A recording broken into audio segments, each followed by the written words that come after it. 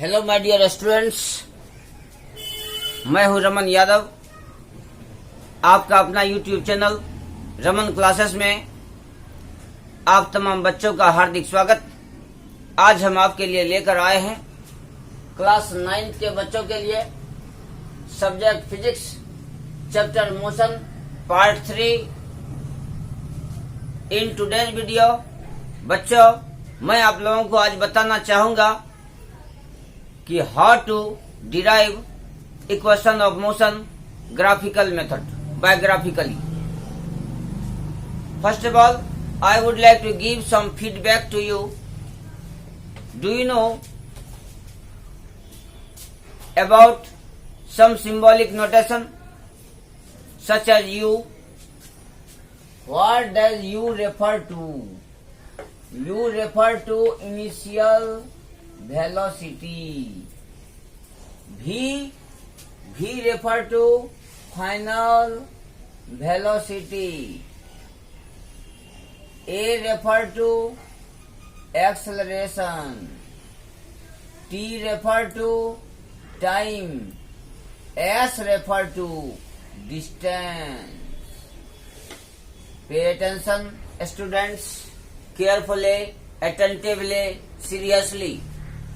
U refer to initial velocity.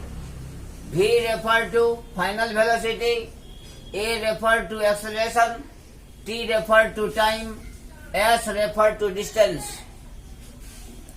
First of all, we draw the graph. Two types of graph are drawn. One remains in vertical position, but another remains in horizontal position. This is horizontal and this is vertical. So horizontal axis is named as OX and vertical axis this is named as OY. Here we observe that this is the initial point of the body. The body starts traveling with u meter per second from A and it moves from A to B. अब body move करती है A से B की तरफ। जब body B पर पहुंचता है तो ये फाइनल पोजीशन है जहां बॉडी का velocity v metre per second होता है। I have just written here कि let a body starts travelling with u metre per second from A and after t second the body goes from A to B। t second में body A से B पर चला जाता है। Further we draw BD parallel to YO and we also draw AC parallel to OX. Here we find that value of T1 का value 0 second है, जबकि T2 का वैल्यू T सेकेंड है। तो हम OD का वैल्यू निकालेंगे।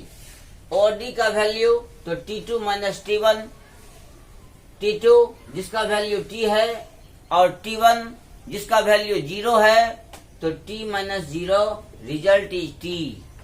Further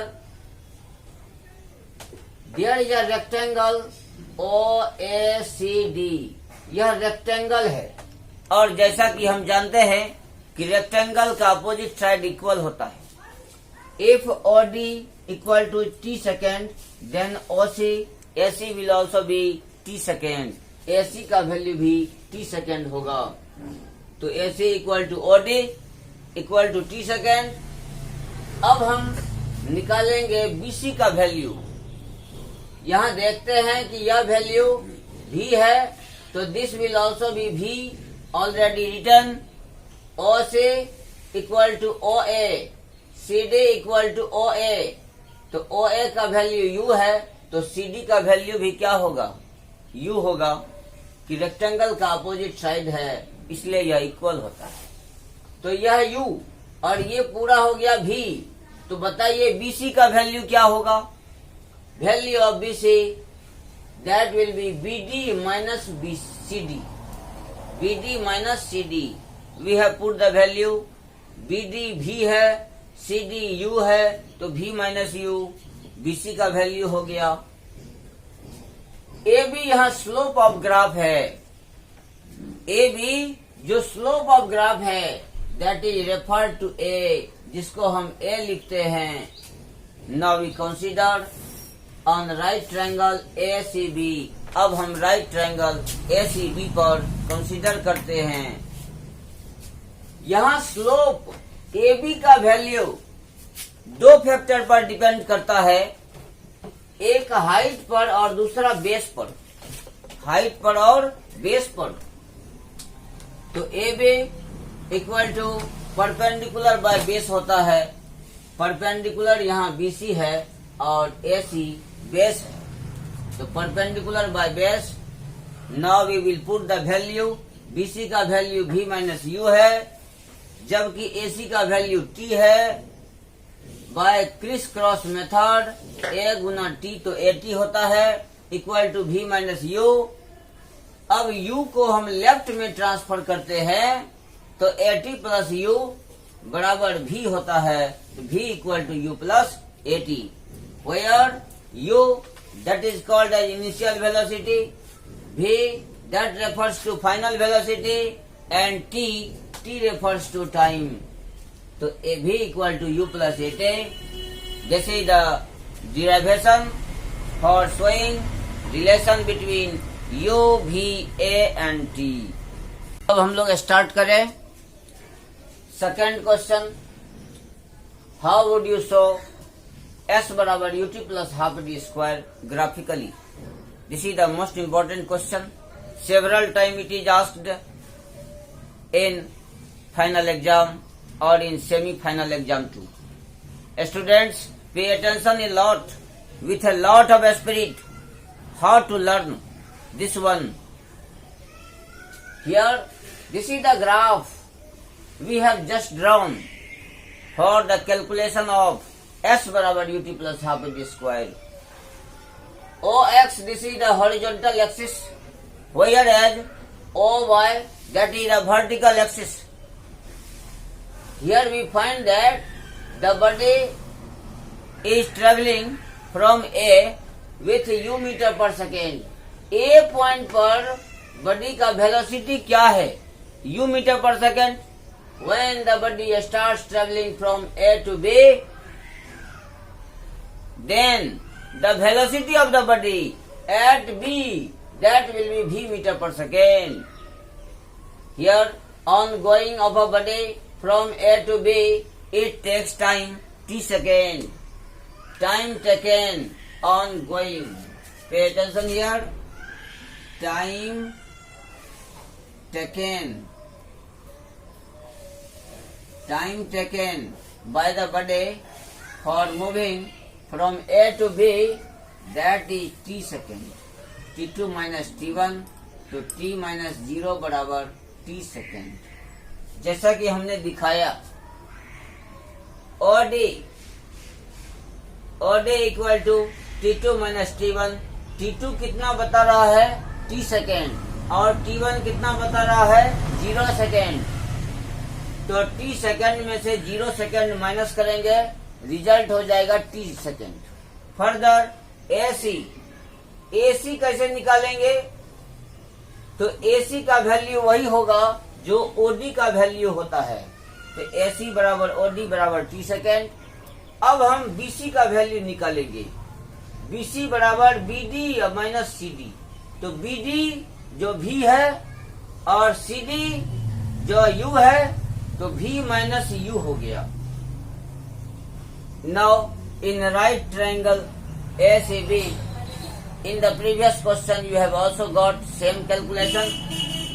AB equal to BC by AC। ये स्लोप का वैल्यू हाइट और बेस दोनों पर डिपेंड करता है, इसलिए हमने लिखा कि this slope graph, this slope equal to perpendicular by base, perpendicular by base.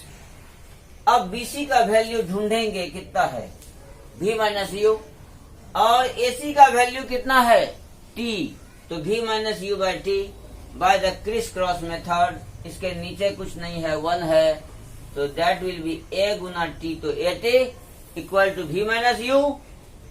Now v minus U equal to at हम इक्वेशन 1 मान लेते हैं। Now we have to find out how much distance was travelled by the body in t second. t second में body कितना distance travel करती है। If you want to get distance, then you will keep the student in mind. अगर distance निकालना हो तो हम area निकालेंगे। Area covered by the body with X and Y axis.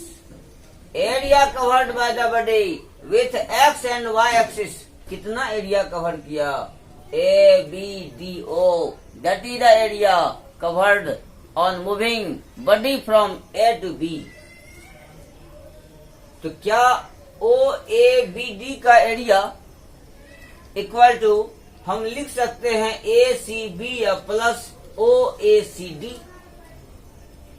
इस टोटल का एरिया क्या हम लिख सकते हैं ACB area plus OACD area, जैसा कि हमने लिखा। Now we will put the value.